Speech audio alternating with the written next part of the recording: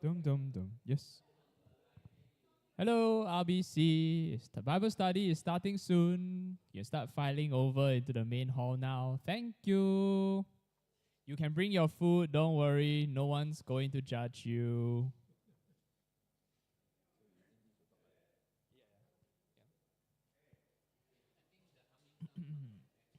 Yes.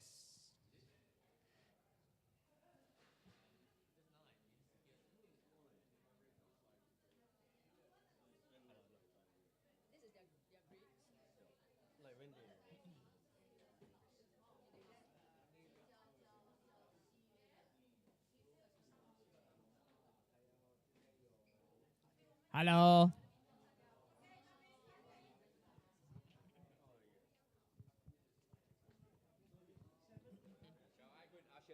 Good, good. Yes. Saying again, RBC, Bible study is starting soon. You can bring your food into the main hall. Thanks. No, don't be shy.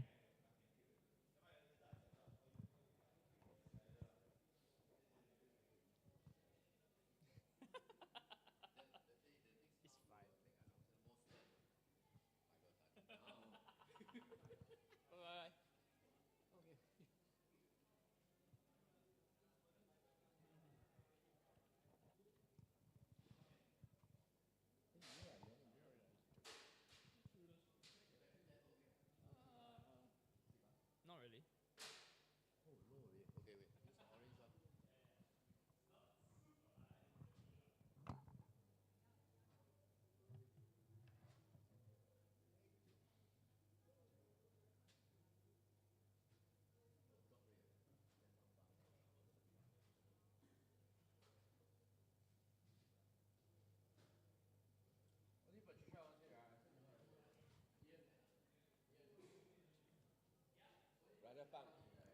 Test test.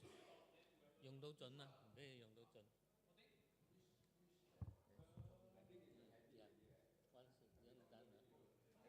Once you're done, then switch over.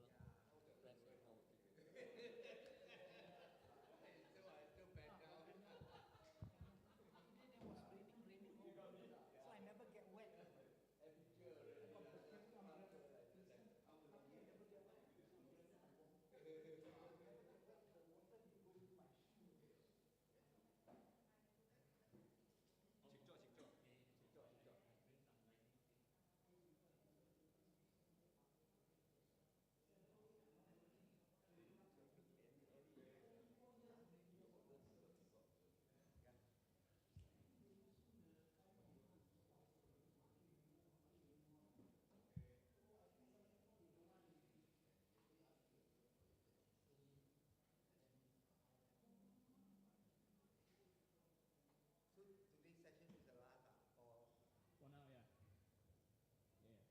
Yeah. I'll explain in a moment why is the last.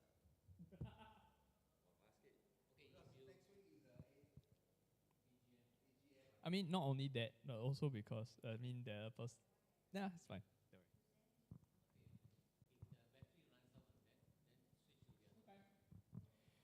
Yes, here's another reminder for RBC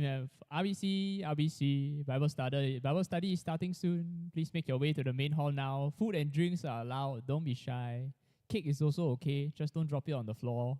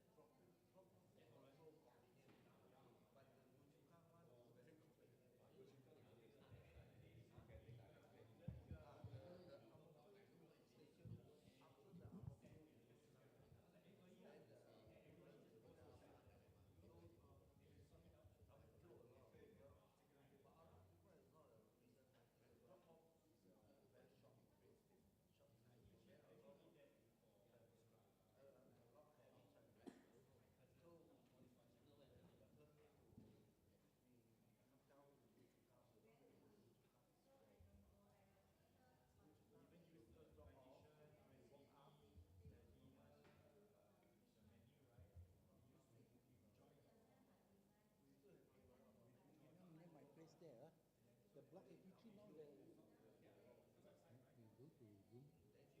Now the coffee. You want to record a Zoom session? Are they doing? The coffee shop block 83 just opened only since Friday, no? Because the other one said.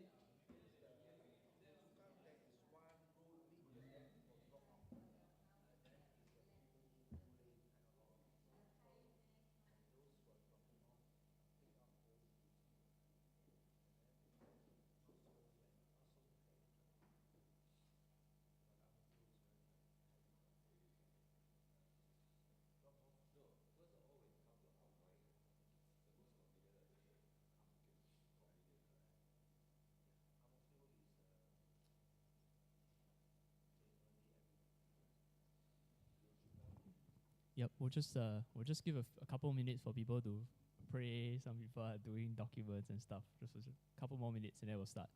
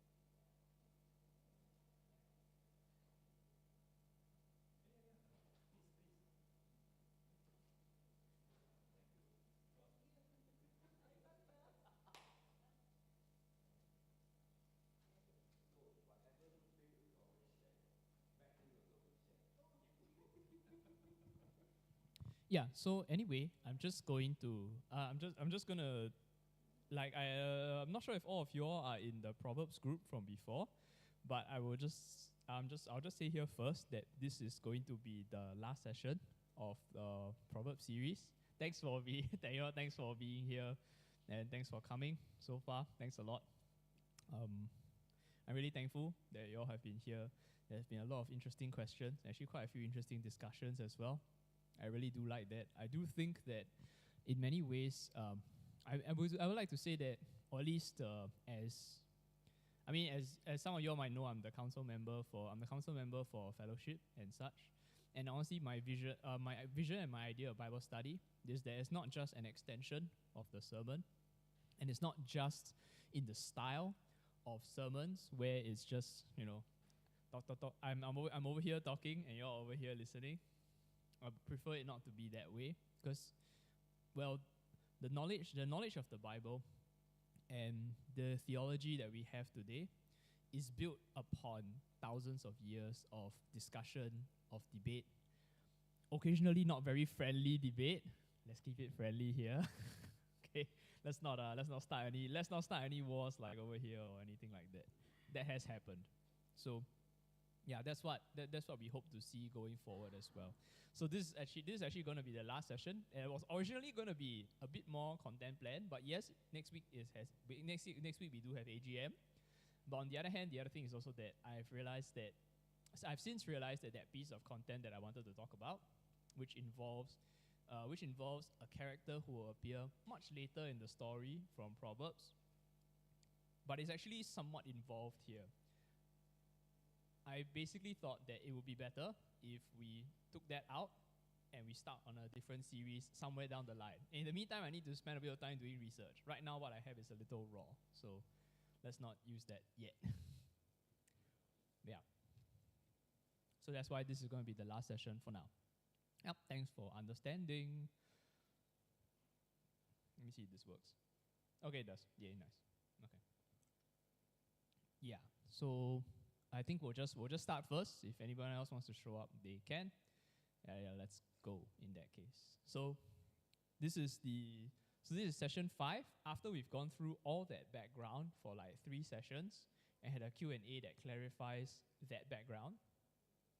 Yes, Auntie Esther, Bible study has started. Yeah. No, she passed by and she was like, huh? What's happening? Like, what do you think is happening? But yeah. So after all that background that we went through, so this is going to be our breakdown of Proverbs itself. We're going to talk about what the various sections of Proverbs were intended for, and how is what a good way to read them. I'm not going to tell you that this is absolutely the only way, the best, most detailed way to read it, 100% plus chop. Don't worry, when you stand before God, there'll be nothing else to say. Certainly not. That is not the case. But here are some recommendations and some like directions that you can take from the studies that I've done on the book of Proverbs and of the wisdom literature as a whole. So if you want to know does anyone know what the wisdom books of the Bible are supposed to be by default? Yep.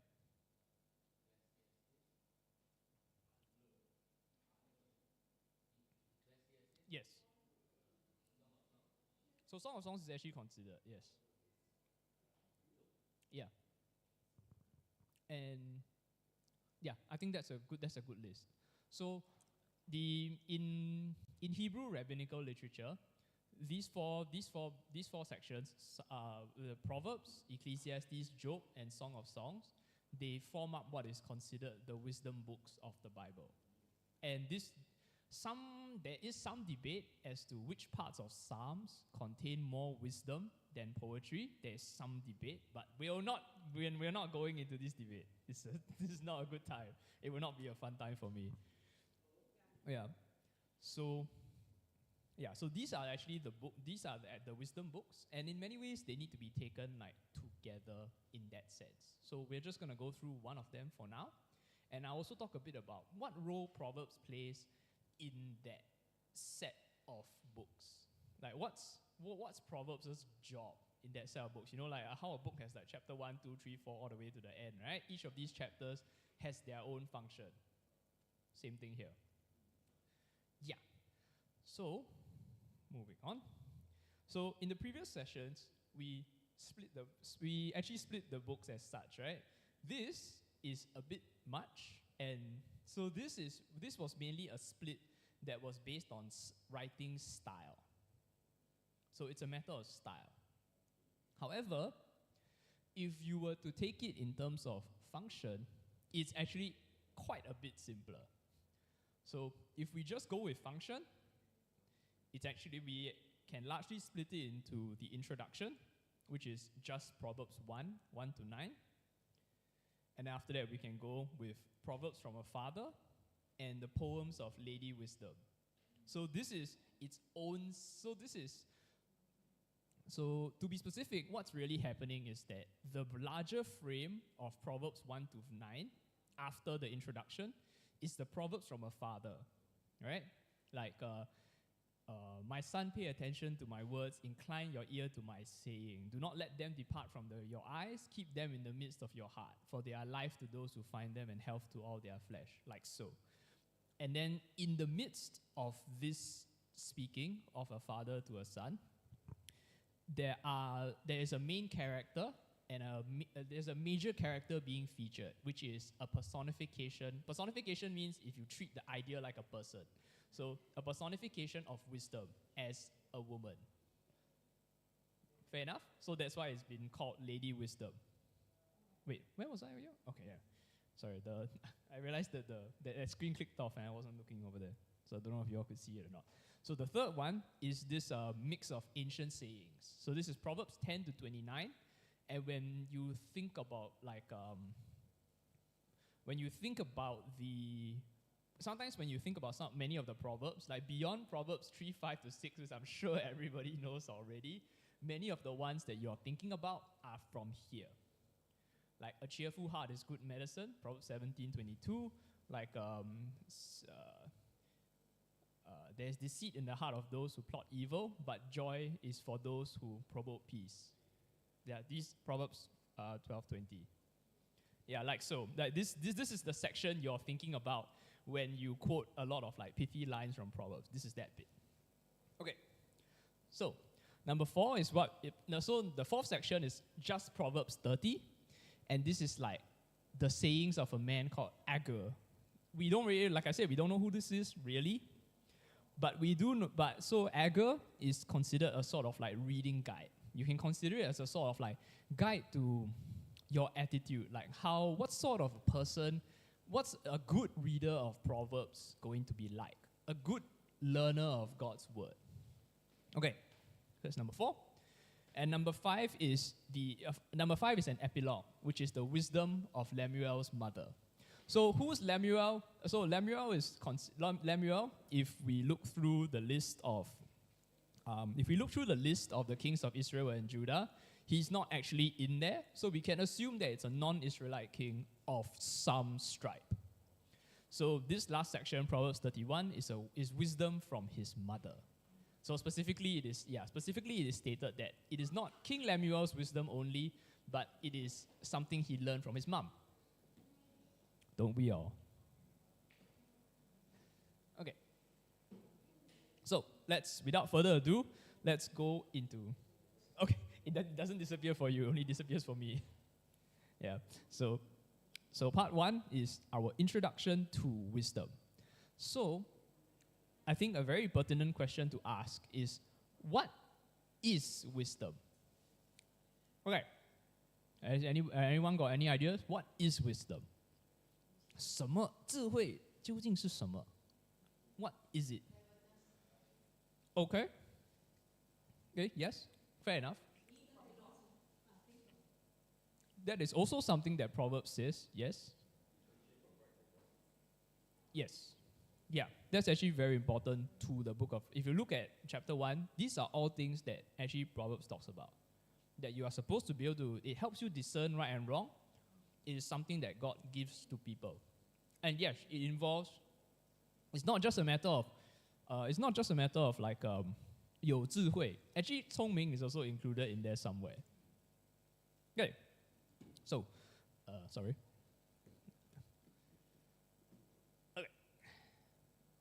Okay, however, let's start really from the actual word that is used in the Bible for wisdom. So the actual word in the Bible that is used is called chokmah. Or if you remember in session 4, we talked about how the various Semitic words are made of like base letters, right? So chokmah is actually HKM. So that's the base. The base lettering is just H, K, and M. Chokmah.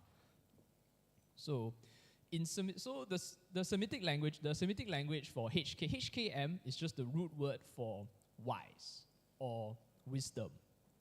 So, like for example, if anyone has a friend called like Hakim, if you have a Malay friend called Hakim of some sort, this is also where the name Hakim just means a wise person. Because their languages are related in this way. So nowadays, the chief rabbi of Israel is still called, if you are not from Israel, if you are from like the area around Israel, sometimes the chief rabbi is still called Hakam Bashi, which is, Bashi is the Hebrewized version of a Turkish word that means head or chief, and Hakam is a wise person.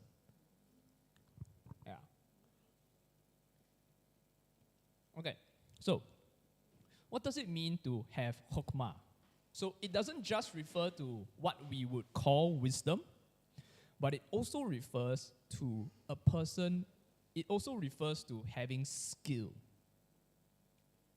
So wisdom and skill, at least in the Jewish understanding of it, they are actually similar. It is in the sense that they are from the same source.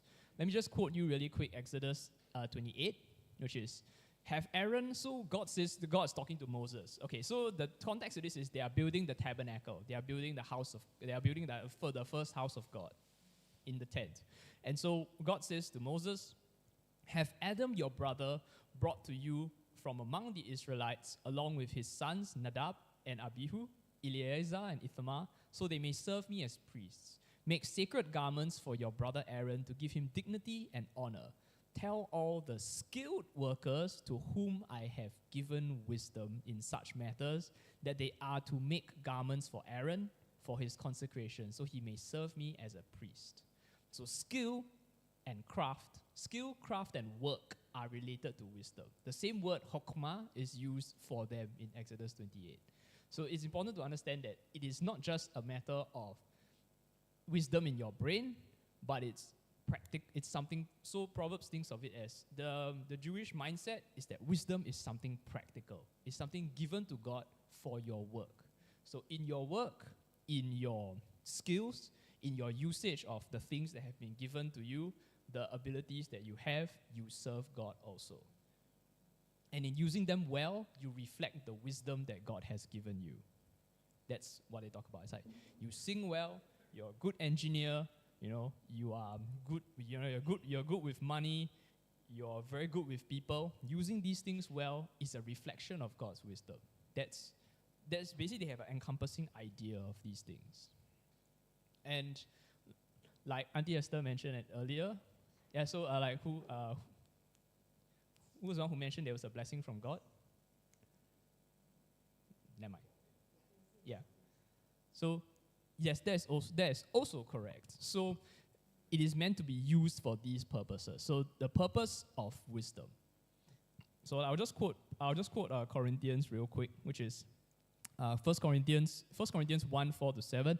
I always thank my God for you because of his grace given to you in Christ Jesus. For in him you have been enriched in every way with all kinds of speech and with all knowledge. So chokhmah is used here as well, or rather the Greek equivalent for it. God thus confirming our testimony about Christ among you. Therefore you do not lack any spiritual gift as you eagerly wait for our Lord Jesus Christ to be revealed. What Paul is saying here is that when you exercise your speech with your knowledge that you are given, and you exercise them, then you exercise these things you are given for God's glory, they become your spiritual gifts. So what are your spiritual gifts? You have to understand that the ancients did not think of spiritual gifts and what we would consider like natural or like physical gifts to be different.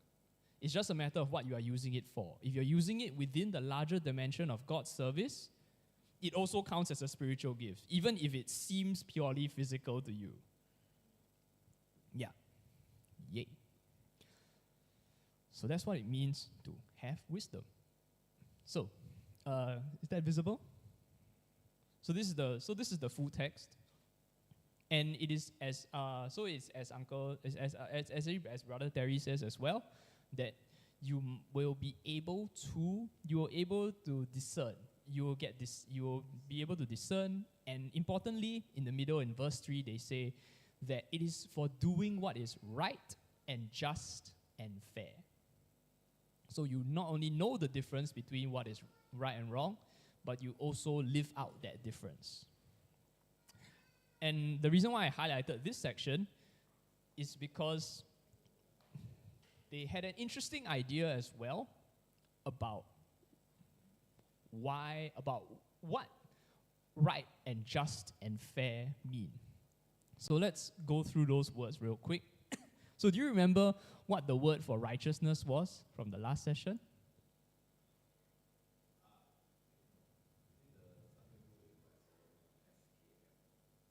So that word, SLM is peace.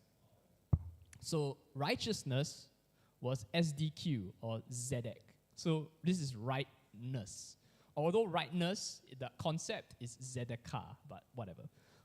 Fair enough. So justness, so to be just is what the Jews called this mishpat.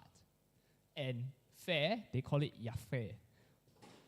So I'll just go through real quick how they actually thought about these things. So Zedek is about, it's actually not about, it's not righteousness in the sense of being like, 你高高在上, you are very moral. It's not like that. Not solely like this. Yes, it is so that it is about, acting morally, but Zedek is actually about relating to other people.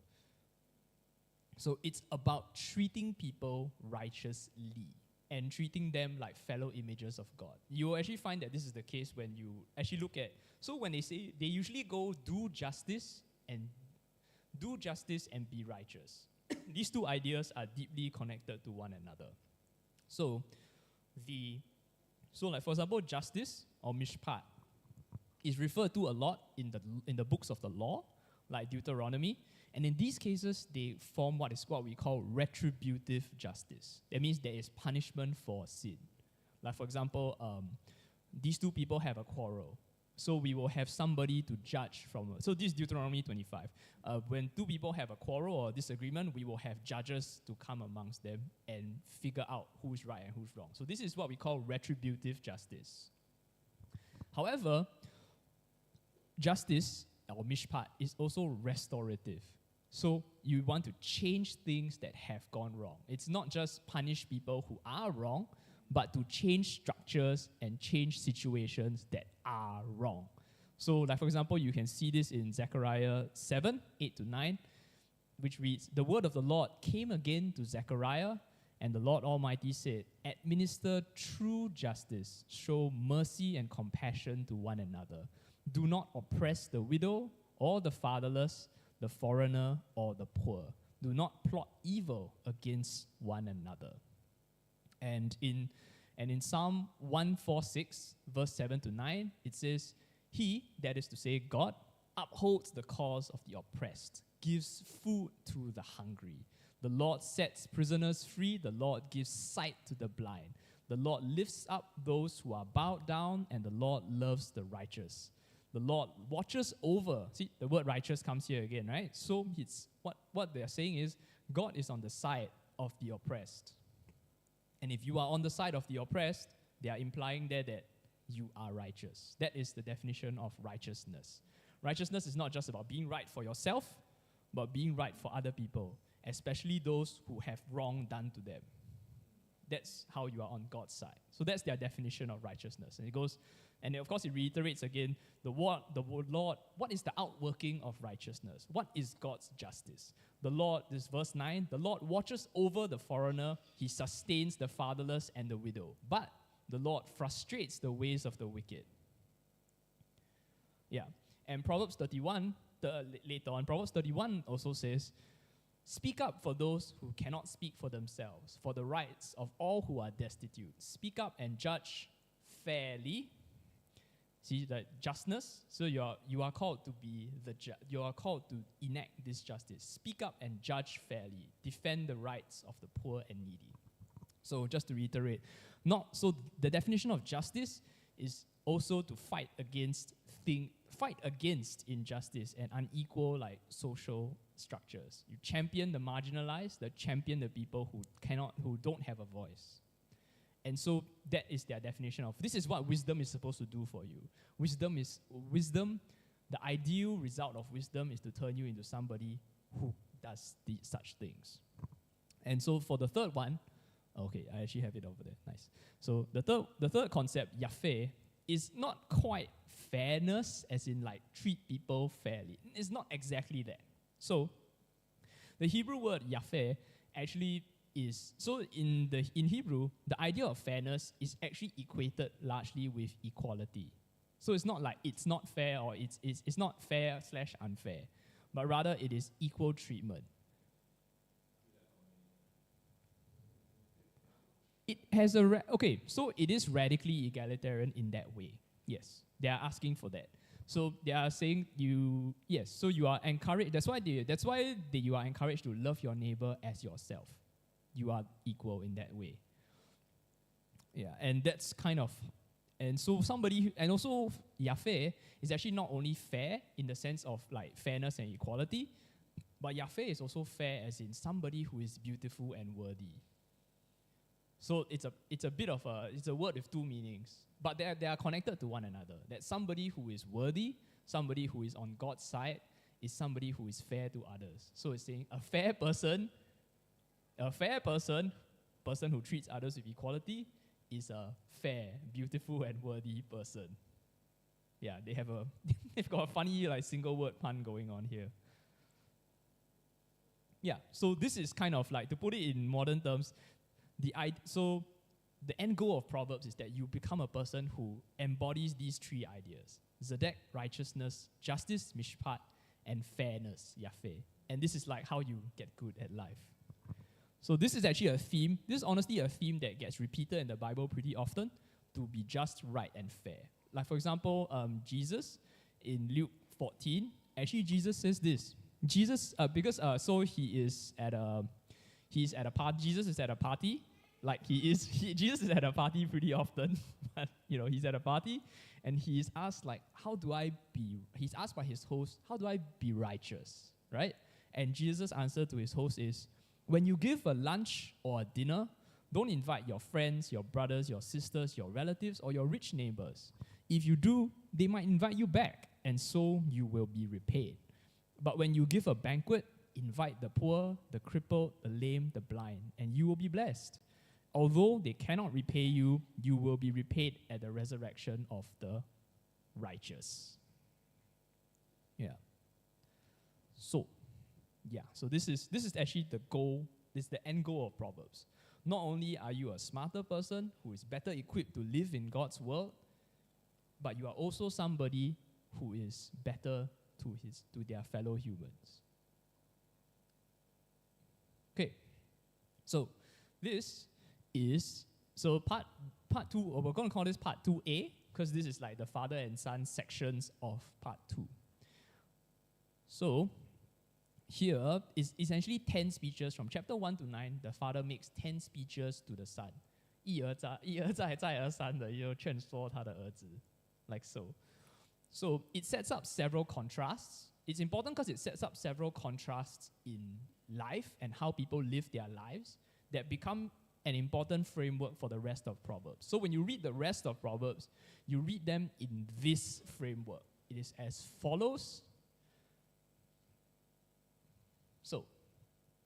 So the first series of ideas is that wisdom and fear of the Lord leads you to virtue and integrity and generosity. So like I said earlier, just, right, and fair. And this leads you to success and peace. And it's contrasted with the opposite, which is people who embrace folly and evil are people who are selfish and prideful. And this leads to ruin and shame. So this is the basic foundational logic of the wisdom books of the Bible. They set this up in the first section in Proverbs, so they can explore it later. So in Proverbs and beyond, they will continue to explore how that happens. Yeah. It is important to note that in this section, the Bible makes it quite clear that this is not this is framed in the idea of a father advising the son. It's not.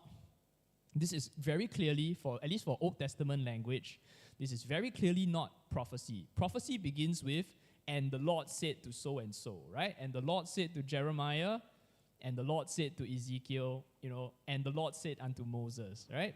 This is prophecy. Yeah, so this is the format of prophecy. And then there is the format of law, right? Which is, thou shalt do something, thou shalt not do something. Or, if this were to happen, you shall do something, right? Yeah. So there are these three major formats of text. Although there's a fourth, which is history, but that one has a more varied set of openings. But this one clearly frames it in terms of, this is advice. This is the collected generational wisdom of, we talked about this before in session 1 and 2, where we talked about the history of Proverbs' writing. So this is framed as the father is not necessarily a literal father, but it is like the fathers, the mothers, the generations of people who came before you, who are giving you insight about how to live in God's world. So that's the framework of. So the purpose framework of Proverbs is, it is the collected generational instruction of people who have come before us. And the moral framework of Proverbs is what you see above over there. So it's a set of guidelines. It's not, we're not talking about something that will definitely, very definitely happen in the future. And we're also not talking about there will, it's like there will be actual legal problems if you do X. Not quite like that. But what they mean is that it is more likely to be the case. We will elaborate again about that later. So part 2b is the poems of Lady Wisdom.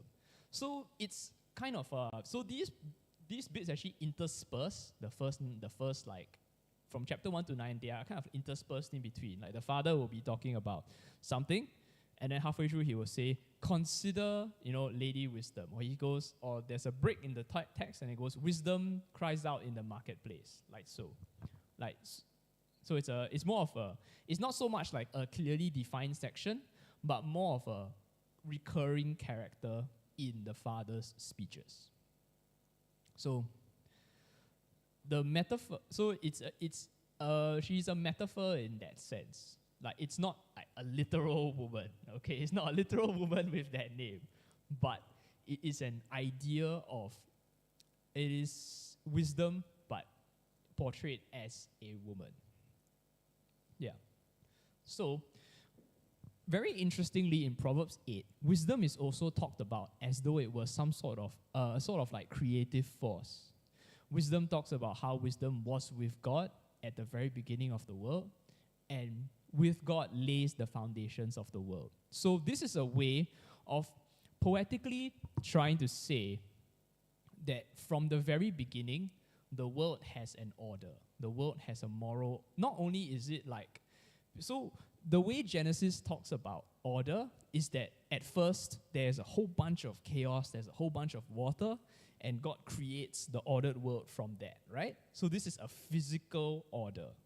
What Proverbs is trying to say is that because wisdom, the idea of morality, so remember how we said wisdom is related to being just, right, and fair. It is a moral framework. So that moral framework is there at the beginning of the world with God as an aspect of God's divineness. So they are trying to argue poetically by saying that wisdom was there with God in the beginning. They are trying to say that the world was created with a moral idea behind it. Yeah. And because the universe was created with this moral idea behind it, so remember in session 1, we talked about how all heaven declares the glory of God, right? So there is a common revelation of wisdom in the universe, which is why they say wisdom cries out in the marketplace in the city. What they're trying to say is that wisdom is actually free to access. There's no price of admission for wisdom. You can look at the universe and look at its order, and from there you can get wisdom from God as well. So, as we said before, to fear the Lord and to pursue wisdom is to live according to the way the universe was designed. That's what this section is trying to argue. And so this is actually this invitation, so wisdom says, come and get wisdom, right? You who are simple, come and get understanding. Come and learn, come and see, come and discern. Come and learn to be better people. So what they're trying to say is that this invitation from wisdom, the being by which, like, the aspect of God that orders the world, is likened to God's own invitation. They're not saying it definitely is, but they are poetically suggesting that, this is the case. Yay. Okay, so now that we have this larger framework of like there is a moral framework to the way the world is lived, the way life goes, that's section 2a, right? There's kind of like a framework to how people live their lives. And then thought 2b is that this moral framework was at the creation of the world. Now that they are done with this section of the argument, so this is the part where this is the many sayings. So this is kind of like the specific, like case-specific things, case-specific like applications of this framework. He who walks with the wise grows wise, but a companion of fools suffers harm. Like so. Yeah. So when you're thinking about, like, for example, when they say listen to advice and accept instruction, and in the end you will be wise, right? a natural question comes up, which is, what sort of advice, right? Like, how do I know this is good advice? How do I know this is good instruction? How do I know this person, didn't learn it wrong, and I'm also, I'm also being taught the wrong thing, wrong, garbage in, garbage out, right? How do I know that's not the case? So you turn back to the moral framework in Proverbs 1 and to 9. So it's talking, so if you go back to it, so you filter these things through this, which is like, is this advice? Is this instruction here to promote virtue? Is it here to promote me? Is it making me a more generous person? Is it making me a person who wants to support those people who can't support themselves, who wants to help people who don't have a voice, who wants to help to free people who are being oppressed, right? Does it help me do this? That's kind of the general framework through which you are filtering these things. So if you think about Proverbs 1 to 9 as a way of contextualizing Proverbs 10 to 29, it makes more sense. Because to be fair, some of these things are quite general, right? Like, for example, a gentle answer turns away wrath, but a harsh word stirs up anger. But there are situations in which you need to be firm, right? So how do you be firm without being harsh, right? Like, for example, a gentle answer turns away wrath.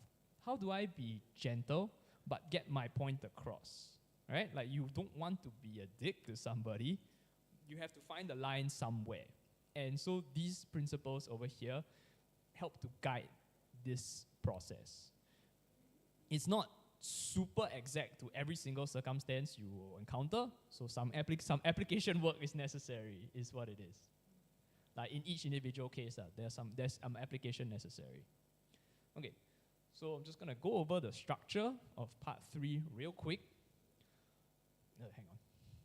So the major themes here are the upright versus the wicked. Like, for example, they talk about how the righteous will prosper. The righteous do things, or rather the righteous and the wise do things that will lead them to prosper, while the fools and the wicked do things that will lead them to harm. So they talk about there's also general conduct. Yeah, just like general ideas on what to do. And of course, there's like warnings against things that you can do wrong, and instructions about what to actually do right. So these are just like major.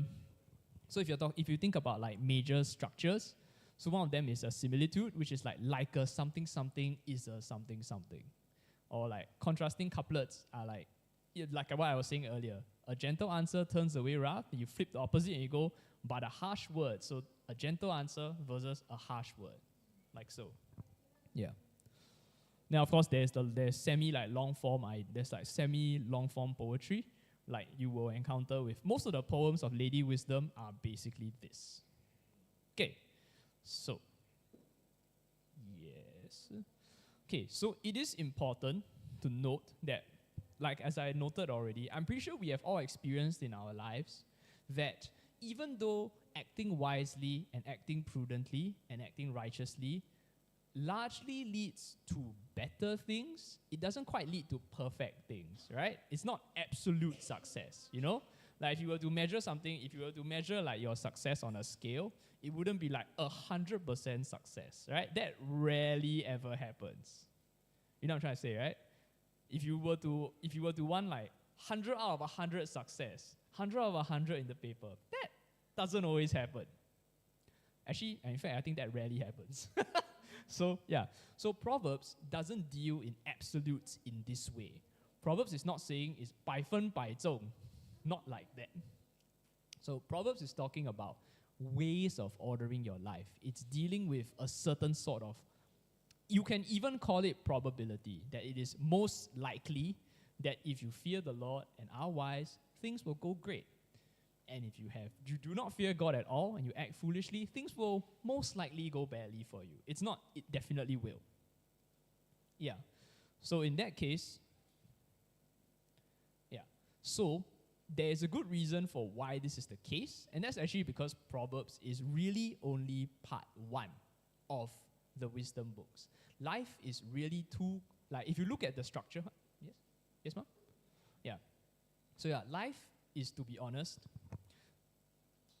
too complex to be contained only in one text. If only from viewing work, only viewing like life in one particular lens, that's a little too simple. I'm pretty sure now that most of us have lived long enough to know that it's not that easy. If it were that easy, things would be very different. Really what? As in, that's absolutely right. Things would be a lot different if it were that easy, but it isn't, right? Yeah, we'll all still be dancing in the Garden of Eden, woo, perfect relationship with God, everybody. Yeah, but maybe. Maybe. Yeah. So it is important to understand that this section actually really does reveal that in many ways that Proverbs is just part 1 of 3. So do you remember in the first, this is quite a while back, but does anybody remember the categories of wisdom literature that we talked about in session 1 and 2? So what are the categories? Does anyone remember? Okay, that's fine. So, no, it's okay. So, the reason why I said part 1 of 3 is because wisdom literature is largely split into 3 types of book. So, type 1 is what we call positive wisdom. Positive wisdom gives you conventional ideas on the moral framework of the universe, often framed in the form of the father speaking to the son. This is the most common framing, at least in the context of the Jews. So, type 2 is negative wisdom. Negative wisdom is not to say it's not wisdom, but it's questions. It's about so it's mostly framed in the form of the son answering the father. Like, so the father says, "Son, let me teach you. Let me tell you the things I've learned in my life," right? And part 2 is basically the son going, "Dad, I've also lived a while. Now that I've also lived a while, I feel like some of these things don't make sense. Let's talk about it. It doesn't." Yeah, like so. Yeah. It's like, 老爸，这些东西不管用嘞，好像觉得Yeah. So Proverbs is important. Proverbs is this book of positive wisdom. Proverbs is laying the groundwork for everything else. And you have to understand that it's in tension, it's in dialogue with negative wisdom. Can anyone guess which is the book of negative wisdom in the Bible? Yeah. Which is the one? Which is the one that goes, some of this stuff doesn't really work, leh. I don't think. Yeah. So actually, Brother Pang is absolutely correct. So the book of negative wisdom is Ecclesiastes. Ecclesiastes is a book that goes. Yeah. So Ecclesiastes is saying something like, "You say that the righteous prosper and the wicked perish, but I have seen that the wicked die peacefully in their beds, but the righteous suffer in life." It's like, that doesn't make sense. It's like, why does that happen, right? It doesn't seem like Proverbs is absolutely correct. Do we have an answer for this? So that's part 2. So you have to understand that these books don't exist independently of each other. One provides argument A, and the other one goes, but counter-argument. So it is actually quite interesting that this is an interesting touch by the Bible, and it's actually quite unique to it, which is that usually, like I said, negative wisdom and positive wisdom has to have the relationship of the father advising the son, and the son asking the father, right? So there is this relationship that the father is still passing on wisdom to the son. There is this particular hierarchical relationship between the two of them, even though that's part 1 and part 2, right? So in many ways, in this form of structure, what they're trying to say is that part 1 is still mostly correct. They are asserting as such, just by the structure of it. 老爸教你嘛, old man got things to tell you, like that. Yeah. So I've eaten more salt than you've eaten rice in your life. Yeah, like that. It has that sense of the word. So, but Proverbs is actually very interesting because the wisdom literature in the Bible at large is actually really fascinating because it positions. Do you remember who it positions as the central figure of the wisdom tradition? Solomon. Yeah. So it is interesting that So Proverbs talks about a relatively young teacher, a young father teaching the son. And Ecclesiastes, we have a completely new figure called Kohelet. So Kohelet means the teacher or the preacher. This person is so if you think about Proverbs as having been written by like Solomon in his prime, and that is kind of like, even though we did say, okay, I know we did say in session 3 and 4 that Solomon didn't write everything in these things, but you have to understand that the Jewish authors position Solomon as the central person in this thing.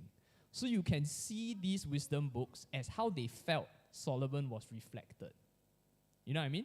So in Proverbs, Solomon is in his prime. You know, he has been given great wisdom by God. Solomon has prayed for wisdom, right? And God says, because you have prayed for wisdom, I will also grant you riches and I will make you powerful. And Solomon, you know, great, right? Proverbs is Solomon in his prime. And so Ecclesiastes, by contrast, is Solomon when he's older. That's how they would have framed it in their minds. That's why you have in Ecclesiastes, you have this section that goes, I said to myself in my heart, come, I shall test you with pleasure, right? You know, I will build great works and I will enjoy the riches of my life. And in the end, I discovered that it was chevel, which is to be like smoke. It is translated in English as vanity, but the Hebrew word for chevel actually means smoke or smoke-like. So it's more that it's difficult to grasp smoke. It's not that it doesn't mean anything, but it is that if you try to give it smoke has no fixed form, right? So if you're trying to give it a fixed meaning, or you're trying to grasp it like that, it slides away from you. It changes form and goes like, whoop, nope, nope, you don't get me. And you're like, hey, hang on a minute. I don't actually get life like I thought I did. So that's where that is. But it is interesting that because of this way of positioning it, right, as young Solomon versus older Solomon, they are actually making those two things, the two arguments of, life is like this, and life is actually sometimes not like this. They are making these things equal in nature in that way. You know what I'm trying to say, right? They are equal because in many ways it's an expression of the same person at different points in his life. Yeah. And part 3 of the wisdom literature is called the just sufferer. So the just sufferer is the story of somebody who is an example. It's a story of somebody who does good, and the world still like, all kinds of horrible things happen to them anyway. So in the Bible, this book, of course, is Job, right? Yeah, we all know this one. Yeah, so it's actually really fascinating what the Bible does, because Job is a much older man. He's a patriarch, and he's actually also a wise sage in his own right. So the Bible is in many ways making these 3 sections equal. By making the character, they make this character, they make the status of the characters equal. For the first 2 books, it's still Solomon. And Job is a wealthy, influential, wise man, of whom God says, what does God tell Satan when Satan asks, can I do all this to Job? What does God say at first? Not only that, but God initially says, who is like my servant Job, right? This is an elevated person in God's eyes. Job is actually quite special in that way. He's like, who is like this person? Solomon is said to have been the wisest man in the ancient world, but Job is just as unique as far as God is concerned in that way. So you can see that instead of making it such that there are different tiers to wisdom, what the Bible actually does is it elevates all these 3 to the same place.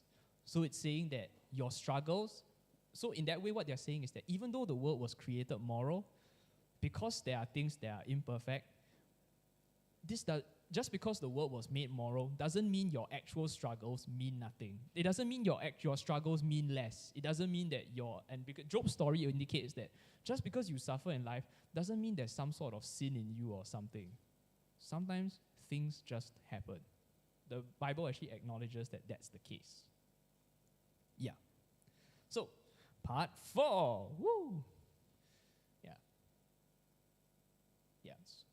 Part 4. So part 4 is what I would call the reader of Proverbs.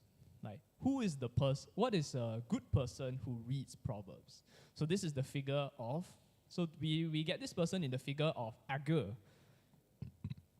So Agur is actually quite fascinating because he literally starts off by saying the words, so the chapter starts like this: the words of Agur to Ithiel, it is an inspired utterance. And he immediately starts by saying, I am a brute and I have not wisdom. That's literally how he starts. He's like, 我很笨，我其实没有智慧. I'm a dumb. Yeah, that's how he starts. So, and after he introduces himself as a dumb who doesn't have any wisdom, he goes on to ask, who has gone into heaven and earth? Who wraps themselves in clouds? It's actually really fascinating because Agur is in many ways Agur's declaration of what God is like mirrors how God confronts Job at the end of Job. It's actually quite interesting that that's the case. But ultimately, what this indicates is that Agur, the reader of Proverbs, is someone who starts and continues in humility before God. So he's saying, I am a dumb, I don't know anything, because, and then he goes on to say, because God is this incomprehensible source of divine wisdom. Yeah. So, and if you read on later, you'll find that, hang on, let me just, so Agur actually prays for wisdom. So in verse 5 to 9, Agur prays for wisdom. And he prays for blessing from God. But he doesn't ask for, he doesn't ask for a lot of wisdom or, all the wisdom ever. He actually only asks for enough. He asks for enough for his daily bread. And what's the reason why he asks for this? The later half says that it's because he doesn't wish to disown and scorn God and become secure in his own strength and his own wisdom. So in that sense, I think that's also instructive as, what a reader of Proverbs, a reader of the Bible and a reader of, the world should be like, in the sense that you should always be open. You should always be open to be taught again. Like, no matter how much you have studied, no matter how much you have learned, there's always more that you can be taught. Whether it's by the Bible, perhaps if God speaks to you directly, or sometimes God speaks to you through other people who have insightful things to say. You go like, you know what? I didn't see it that way before. That's interesting. Yeah. So that's something that's the second part of how Agur kind of like introduces this idea to us. So Agur, sorry, the spelling up there is incorrect. I spelled that line is grammatically incorrect. I'm sorry. So Agur talks about the mysteries of the world. So what's the reason why you should remain open? So this is the reason for why should you he talks about being wise because God is infinite, and he talks about being humble because God is infinite, and it is okay to constantly be retaught wisdom. And so after that he goes into the why. Why is it okay to be, why is it okay to only have enough? Why is it okay to, think of yourself as, well, not a very wise person? Like, why is that the case? And he goes on to say, he talks about mysteries in the world, things that don't make sense to him, actually. Not all these are bad, but he just doesn't understand. So he actually provides very little conclusion as to why these things happen. Like, he talks about how these things mystify me. The way of an eagle in the sky. What? It's like the way of an eagle in the sky, the way of a man with a young woman. So he's just like, you know what? Nature mystifies me. Love mystifies me. I don't understand how these things work at all, I mean, if you think about it, we have asked these things for a very long time, and we have figured out many of the hows behind why nature, we have figured out many of the hows of nature, but actually often the whys of the nature are still a mystery. It's a philosophical question still. It's like, let it go, it must have been love, but it's over now. It's just like, it's like, what are these things, You can see it being expressed, but what is it exactly? Do you know when you will find, do you know when you will find love? No. Do you know if love will last? No. Right? So that's what Agur is saying. It's like, you can be very wise, but you still won't know any of these things. That's what he's trying to say. Yeah. Yeah, and he says funny things like, under 3 things the earth trembles, under 4 it cannot bear up. A servant who becomes king, a godless fool who gets plenty to eat, a contemptible woman who gets married, and a servant who displaces her mistress. What does this even mean? Like, what does this even mean? And Agur doesn't explain because, well, he's saying he doesn't know either. You know, he started already by saying, I'm a dumb and I don't have wisdom. Yeah, so it's like, I don't know. So, but what it is that there is a humility to somebody who pursues wisdom. And of course, because we said that wisdom is the knowledge of God, right? So this is the humility of one who pursues God. And you can see this attitude that's reflected in other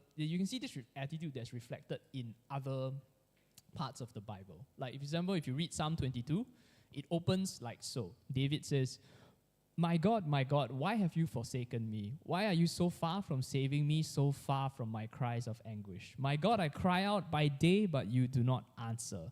And he goes on to say, in you our ancestors placed their trust. They trusted you and you delivered them. In you they trusted and were not put to shame. But he says, but I, David, am a worm and not a man. So in that sense, you can see this sense of like humility before God and also before the people who are wise, who come before you and who come after. You know, the people who come before you who are wise. Yes, if you're wondering this, my God, why have you forsaken me thing, Jesus actually quotes that as well. It's actually just a straight up quote from here. So Jesus is talking about this in that same context as well. Yeah, which is, the idea is that God's mind, while it can't fully be known, the belief is that God will deliver nonetheless. Yeah. Let's see.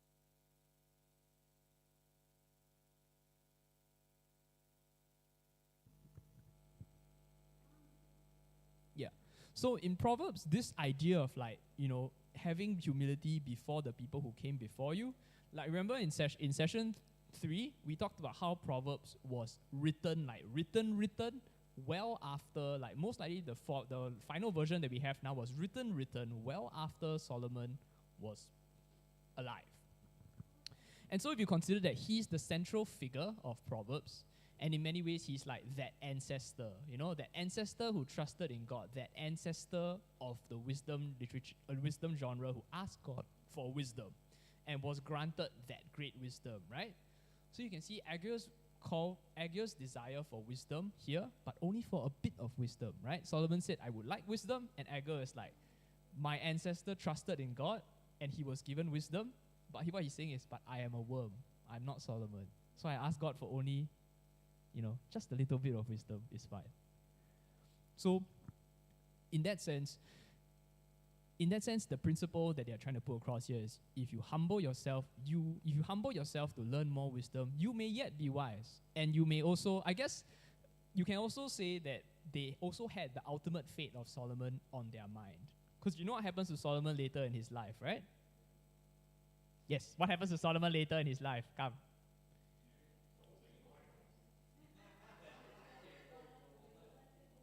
Yeah, other than that, what happens to him? I mean, that's the most famous thing that happens to him. But what else happens? One wouldn't say that he becomes an opposer of God, but he does neglect a lot of his duties as a leader of Israel and a leader of, like, the king. If you go back to Samuel, when Samuel first talks about what a king should be like, and Samuel says that this king is meant to represent you before God. It's a priest king. He talks about it in the sense of it's not only a king, but in many ways also a priest. Because this person stands before the nation of Israel, before their God. That's the role of a priest as well. And this person is meant to guide the nation. So it's not only a priest, also a teacher. And he says, if you and your king if you turn against me, you and your king will be swept away. So in many ways, Agur is saying, give me only this much so I won't become proud and end up like even though he was very wise, and Agur is saying that I am not, I am not this person's equal, but still, Yeah. So this, yeah, so, yeah. But if you're wondering, so it's interesting that this is kind of at the end somewhere. It's like, this is actually like Proverbs chapter 30. It's like the second last chapter. Why is it in the second last chapter if this is like a sort of like reader's guide? So it's worth remembering that Proverbs in the Hebrew Bible, so I said before that the Hebrew Bible is called the Tanakh. So it's comprised of T and, but as we said before, Semitic words only have the roots, right? So it's Tanakh, T and K. There are no vowels, right? There are two A's there, but there are actually no vowels. So it's T and K. So T is the Torah, is the law, the first 5 books of the Bible. So it's the origin story of the Jews and the universe and the Bible, and the law. Then you have the Nevi'im, who are the prophets. And then the last section is the K for Ketuvim, the writings.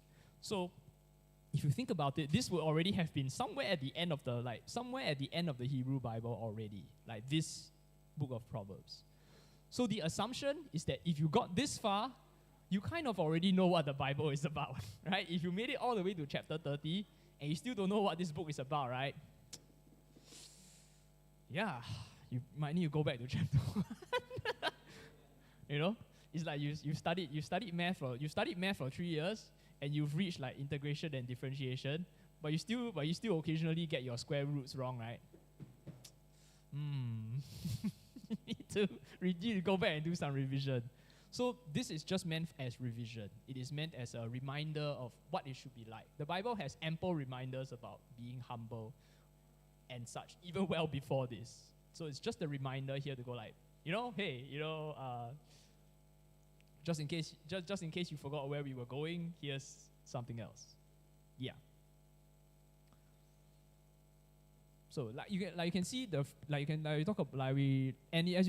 even in this reader section, you can see that lesson that I was talking about all the way at the beginning of this session. You pursue righteousness, justice, and fairness by humbling yourself first. Because if you humble yourself and don't elevate yourself above others, from an elevated position, it's a bit difficult to see other people as equals, right? It's a bit difficult to be fair, to be honest with people when you're like, I'm so above all this, man. I'm just better than you, man. You gotta get on my level. You're all the way over there. It's hard to treat people as equals. It's hard to, It's hard to fight for people when you're all the way up there. That's why it's really important to humble yourself, so you can, 和人家平起平坐. Yeah. So this is the last part. Woo. Okay. So this is just bookending. So bookending is a interesting. The technical term for bookending is parallelism. That means when certain parts of the story mirror one another to make a similar point. But nowadays it's called bookending. So whatever.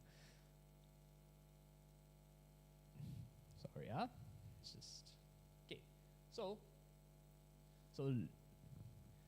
So Proverbs 31 is actually in many ways a mirror of Proverbs 1 to 9, which is, so it once again. So do you remember when I said that Proverbs 31 8 to 9, Proverbs 31 8 to 9 once again states that you should speak up for those who cannot speak for themselves, for the rights of all who are destitute. Speak up and judge fairly, defend the rights of the poor and needy. So you can see it's reiterating some of what Proverbs 1 in the introduction said before, which is that you should receive instruction in prudent behavior to do what is right and just and fair. Because that section, Proverbs 31, 8 to 9, is the outworking of what is right and just and fair. Right and just and fair is in the abstract, right? And then Proverbs 31, 8 to 9 is, practically speaking, what does that mean? Yeah. So it's also a mirror in the larger concept. Because Proverbs 1 to 9 is a father telling the son, like, listen to this advice. And it features a lady known as Lady Wisdom. And in Proverbs 31, this is the words of a mother to her son. So this is Lemuel's wisdom.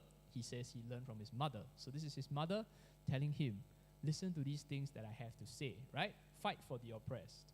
Fight for the needy and the poor.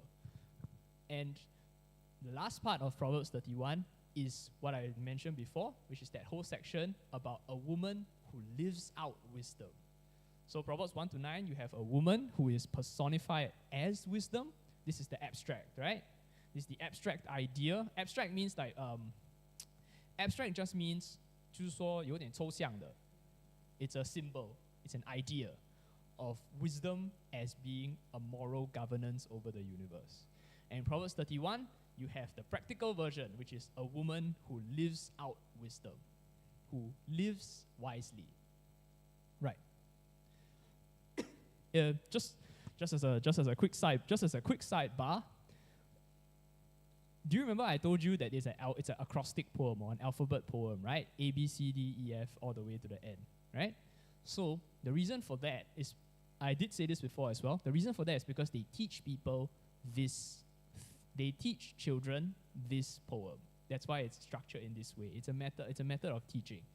And it's not actually meant as a standard to hold women to, because if you actually read it, it's really fierce, okay?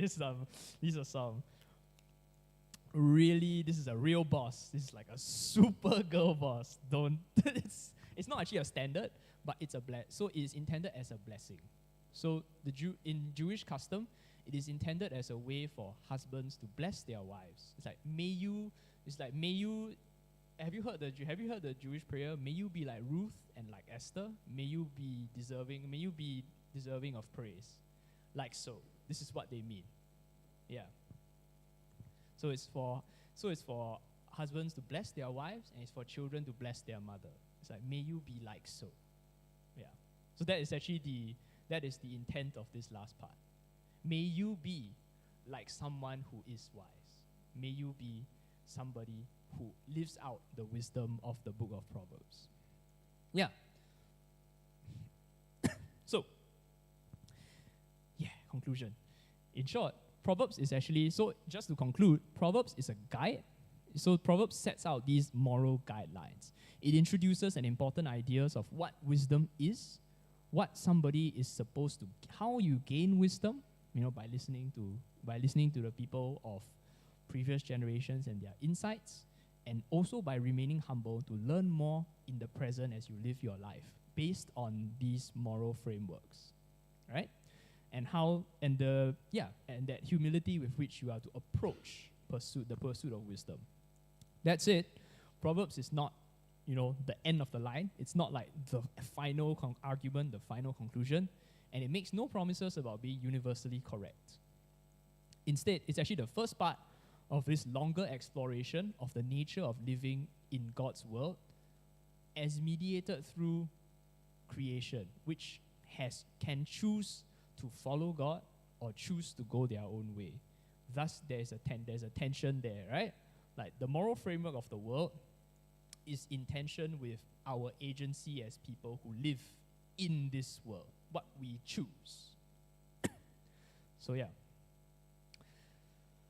So and later on in the rest of the wisdom books, they actually go on to explore this tension and explore how we are supposed to deal with this tension, right? And the ways in which this tension both complicates our way of living in this world, but it also enriches our understanding of how to live in it.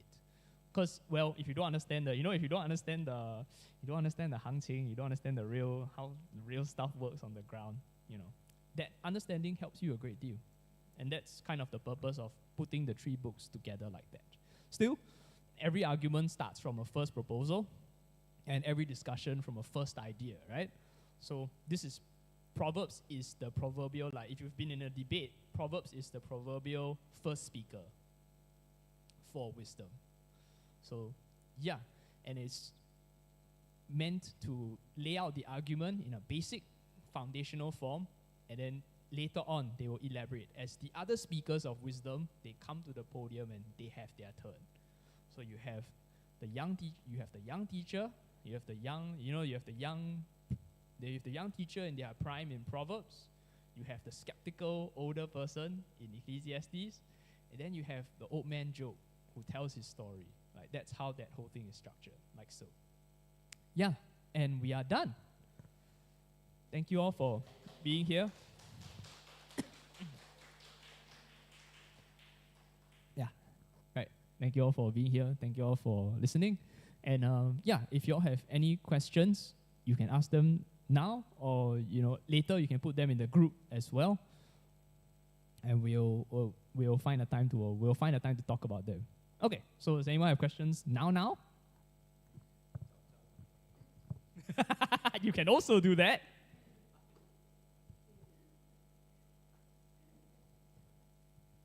Yeah, if not, then I hope you all had a great session. I hope this was useful to y'all. And yeah, so I'll leave it to Pastor to talk about like what's going to happen next, if there's an immediate thing that happens after this. But in the meantime, I'll be doing more research and we'll come back with something else. Yeah.